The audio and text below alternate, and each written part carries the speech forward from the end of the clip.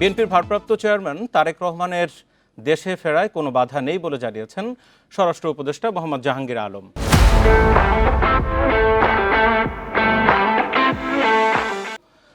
সকালে গাজীপুরের সালনা হাইওয়ে থানা ও ব্যারাক পরিদর্শন শেষে সাংবাদিকদের তিনি বলেন, বাংলাদেশের নাগরিক হিসেবে তারেক রহমান যে কোনো দিন দেশে ফিরতেই পারেন, এতে কোনো বাধা নেই।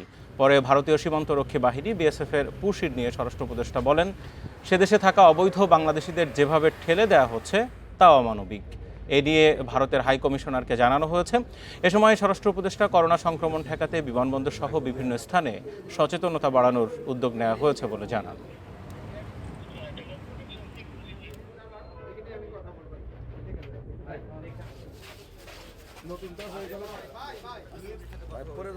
ওনার তো দেশে ফেরার তো কোনো অসুবিধা নেই, উনি যে কোনো সময় ইচ্ছা, উনি বাংলাদেশের না যে কোনো সময় ওনারা যে সময় নিজের যে সময় উনি মনে করবেন সেই সময় দেশে